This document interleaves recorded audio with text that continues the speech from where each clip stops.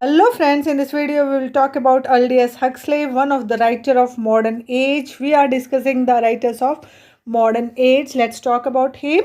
He was born in 1894 and he was died in 1963. And he worked as a clerk for Air Force. Air force के लिए इन्होंने as a clerk काम किया था. He also taught French at Eton college. तो इन्होंने French सिखाया था ईटन कॉलेज में. He students was George Orwell. तो उनके जो शिष्य थे उनमें से एक जॉर्ज ऑरवेल भी था, स्टूडेंट था. He also worked in chemical plant way he witness assembly life. तो उन्होंने केमिकल प्लांट में भी काम किया था. He was also a part of Bloomsbury group. Virginia Woolf के जब हमने बात करी थी तब हमने देखा था कि उन्होंने ब्लूम्सबरी ग्रुप शुरू किया था. तो वो भी इसके पार्ट थे विथ वर्जीनिया वुल्फ. तो वर्जीनिया वुल्फ के साथ. He was against mass production and Pavlovian conditioning. तो वो पैब्लोवियन कंडीशनिंग और मास प्रोडक्शन के खिलाफ थे. पैब्लोवियन कंडीशनिंग का मतलब होता है means to train a person to do mechanical work. Okay, तो किसी आदमी को ट्रेन करना मैकेनिकल वर्क करने के लिए उसे पैब्लोवियन कंडीशनिंग कहते हैं. याद रखना है. He was the follower of Vedanta. तो वेदांता के वो काफ़ी ज़्यादा फॉलोवर थे and quite influence by the Indian tradition. तो काफ़ी इंडियन ट्रेडिशन से भी वो प्रभावित थे.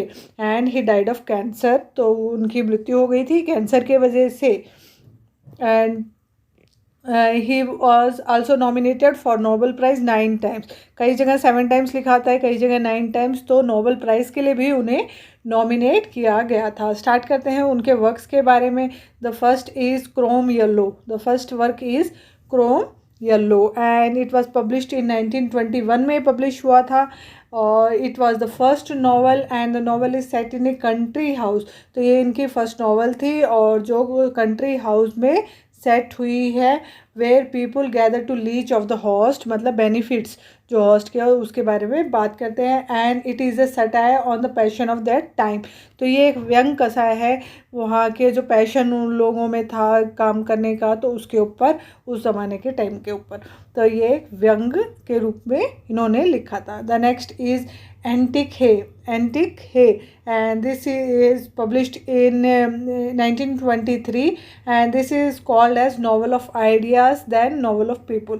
तो पहले इसे बोला गया था novel of ideas, उसके बाद में novel of people भी इसे बोला गया था. तो इस पर क्वेश्चन आ रखा है, लिस्ट ऑफ वर्क्स दे रखे हैं जिसमें एंटिक हे लिखा हुआ है.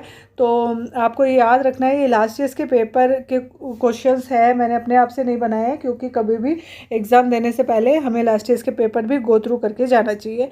तो एंटिक हे जो है उसको क्रिस्टोफर मार्लो एडवर्ड टू. तो title which he has borrowed. तो इसमें पूछा गया है title which he has borrowed. तो कहाँ से लिया गया है? क्रिस्टोफर मार्लो के एडवर्ड टू से. ओके, एंटिक हे. तो आपको ये याद रखना है, लिस्ट ऑफ वर्क्स में ये पूछा गया था. The next work is those barren leaves. Those barren leaves 1925 में ये पब्लिश हुआ था. 1925 इसकी पब्लिशिंग डेट है. And this novel talks its title from takes it title from William Wordsworth poem. तो इन्होंने अपना टाइटल कहाँ से लिया है? William Wordsworth poem the table turn से. Table turn published in lyrical ballads. तो ये लिरिकल बैलेट्स में पब्लिश हुआ है क्योंकि वो एक कलेक्शन ऑफ पोएम्स है. तो उसमें ये था द टेबल टर्न, उसी में से ये नॉवल का टाइटल लिया गया है. Those barren leaves. Those barren leaves. तो कहाँ से लिया गया है आपको याद रखना है. जो भी हम पढ़ रहे हैं वो सारा इंपॉर्टेंट है एग्ज़ाम पॉइंट ऑफ व्यू से. Very very important. Lyrical ballads हमें पता है कि पब्लिश हुई थी 1798 में. बहुत फेमस राइटिंग है, तो हमें हमेशा उनका टाइम पीरियड याद रखना ही चाहिए. द नेक्स्ट इज़, इसके ऊपर क्वेश्चंस कोई भी नहीं आए थे अब तक. द नेक्स्ट देखते हैं पॉइंट कॉन्टोर पॉइंट. तो इट वाज पब्लिश्ड इन 1928 में पब्लिश हुआ था. It is A series of conversation and debates between people. तो ये क्या है? कन्वर्जेशन है, डिबेट्स है लोगों के बीच में जो हो रहा है. तो इसमें the novel is a satire of intellectual life. तो नॉवल क्या है? एक व्यंग है, एक उन्होंने ताना कसा है intellectual life in the 1920s पे, populated with characters based on such artist. तो इसमें जो artist, politicians and intellectuals of the times लिए गए हैं जो डिबेट करते हैं आपस में, कोई फेवर में है कोई अनफेवर में है। तो उनमें कौन कौन है, एज D.H. लॉरेंस भी है इसमें, कैथरीन मैन्सफील्ड है, sir Oswald Mosley, Nancy Cunard and John Middleton Murry, as well as Huxley himself, वो खुद भी इसमें एज ए कैरेक्टर प्ले कर रहे हैं जो इस डिबेट में, इस कन्वर्जेशन में पार्ट ले रहे हैं। तो ये था पॉइंट काउंटर पॉइंट।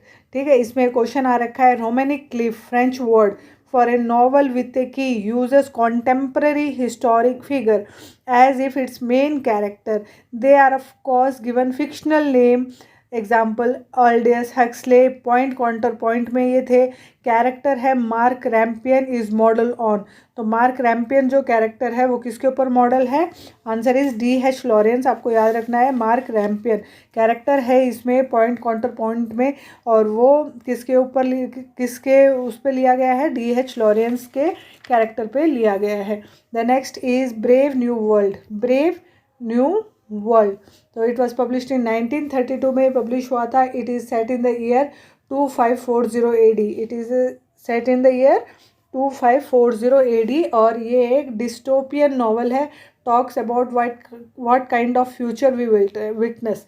तो ये एक डिस्टोपियन नॉवल है, मतलब जहाँ पे रामराज नहीं है, यूटोपियन का मतलब होता है रामराज, और ये बात करता है इसमें कि कैसा फ्यूचर होगा, कैसा हम फ्यूचर देखेंगे आगे भविष्य में। And this novel is often compare to George Orwell 1984। तो ये नॉवल कंपेयर की जाती है किससे, जॉर्ज ऑरवेल के नॉवल से, जो है जॉर्ज ऑरवेल ने कौन सी लिखी थी, 1984। तो इससे इसका कंपैरिजन होता है। इसमें क्वेश्चन आ रखा था, which of the following work is not a dystopian. Which of the following work is not a dystopian. तो हम ये देख लेते हैं डिस्टोपियन नॉवल कौन कौन सी है। तो फर्स्ट वर्क इज़ ऑल्डेस हक्सली के ब्रेव न्यू वर्ल्ड को टिक करना है आपको। Next is George Orwell 1984। Okay, तो ये दोनों डिस्टोपियन नॉवल है इसमें चॉइस में, तो आपको ये टिक करना है दोनों ही। The next work is the devils of Loudun. The devils of Loudun, ज़्यादा इनमें हम टाइम नहीं करेंगे अपना कंज्यूम, क्योंकि सिलेबस बहुत ज़्यादा है और ऑलरेडी आपके पेपर तो 2 दिन बाद में ही है। तो इसमें जितना भी राइटर्स मैं करा सकती हूँ उतना ही आगे फिर जैसे ही कंटिन्यू करती रहूँगी, लेकिन जितना है कि एक ही राइटर मैं जल्दी से जल्दी आपका फिनिश करना चाहूँगी। तो एक बार रिवीजन, क्विक रिवीजन की तरह सारी वीडियोस ज़रूर देखे जाए, आपको बहुत ज़्यादा बेनिफिट होगा इनसे, क्योंकि मैंने सिर्फ एग्ज़ाम पॉइंट ऑफ व्यू से पढ़ा है, नॉट मोर देन दैट कि किस में क्या आ सकता है उसी एग्ज़ाम। तो स्टार्ट करते हैं। द डेविल्स ऑफ लॉर्डन 1953 में पब्लिश हुआ था। It is based on A true historical event in 1934 France. जो एक हिस्टोरिकल इवेंट हुआ था कहाँ पे, फ्रांस में 1634 में, उसके ऊपर है ये, सच्ची घटना पर आधारित है ये the devils of Loudun. And this is about sexual and religious operation in 17th century France. तो this is about sexual and religious operation in 17th century France. तो ये याद रखना है आपको। The next work is doors of perception. Doors of perception, it was publish in 1954 and this work is influence from William Blake. तो ये work इन्होंने influence किससे है, विलियम ब्लेक के heaven and hell. Heaven and hell जो William Blake ने लिखा है उससे ज़्यादा इन्फ्लुएंस है। He has talked about his experience after he took psychiatric drug for the first time. तो ये अपने एक्सपीरियंस इसमें बताते हैं, जो फर्स्ट टाइम इन्होंने साइकेट्रिक ड्रग ली थी उसके बाद का एक्सपीरियंस ये इसमें शेयर कर रहे हैं। As if have seen in antique hay and those barren leaves in this work we find question। जैसे कि हमने antique hay and those barren leaf में questions देखे थे, वैसे ही इसमें भी इन्होंने एज ए क्वेश्चंस पूछा है काफ़ी सारे सवाल। तो list of novel, last stage के पेपर के क्वेश्चन देख लेते हैं। तो एक क्वेश्चन आया था, लिस्ट ऑफ नॉवल दी गई थी और title has been taken from पूछा गया था कि जो डोर्स ऑफ परसेप्शन है टाइटल कहाँ से लिया गया है, कहाँ से लिया गया है ये, ट्राई टू आंसर इट। तो doors of perception list of novel में टिक करना है हमें विलियम ब्लेक की marriage of heaven and hell. Marriage of heaven and hell, तो इससे आपको टिक करना है marriage of heaven and hell. मैंने यहाँ पे marriage of heaven and hell नहीं लिखा है, तो आप करेक्ट कर लीजिए, ठीक है। तो मैं फ़ोन पे पढ़ाती हूँ तो उंगली जो फिंगर से बन नहीं पाता, लिखा नहीं जाता, तो इसीलिए उसमें आप बिल्कुल भी, इसलिए मैं बोल देती हूँ, वो आप कहीं ना कहीं एक बुक लेके ज़रूर बैठा करें ताकि आप उसको नोट कर सकें। तो स्टार्ट करते हैं next work, brave new world revisited. Brave new world revisited, तो वो ब्रेव न्यू वर्ल्ड था, ये ब्रेव न्यू वर्ल्ड रीविजिटेड है। वो 1932 में पब्लिश हुआ था और ये 1958 में पब्लिश हुआ था, ठीक है। And it is a non fictional work है ये, and it was written 30 years after Brave new World. तो ब्रेव न्यू वर्ल्ड के 30 ईयर्स के बाद में ये लिखा गया था। And it is telling us that Brave new World is coming much faster than the originally told. तो ये इसमें बोला जाता है कि अरे बहुत जल्दी आ रहा है ब्रेव न्यू वर्ल्ड, जितना बोला गया था उससे तो बहुत ज़्यादा तेज़ी से ये अपनी तरफ आ रहा है। We have told that Brave new World is going to come in 2540 AD, but looking at the condition of the world after 30 years he published another essay। तो ये कंडीशन देखते हुए 30 ईयर्स के बाद में इन्होंने एक अनदर ऐसे पब्लिश किया and told that Brave new World is coming much faster than the originally imagine. बोलते हुए कि भाई नहीं, इतना टाइम नहीं लगेगा, बहुत जल्दी जल्दी ये ब्रेव न्यू वर्ल्ड हमारी तरफ आ रहा है, तो हम जल्द से जल्द इसको फेस करेंगे। तो ये था इसमें।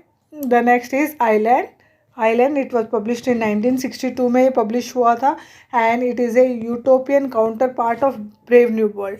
तो ये एक यूटोपियन काउंटर पार्ट है ब्रेव न्यू वर्ल्ड का, ओके।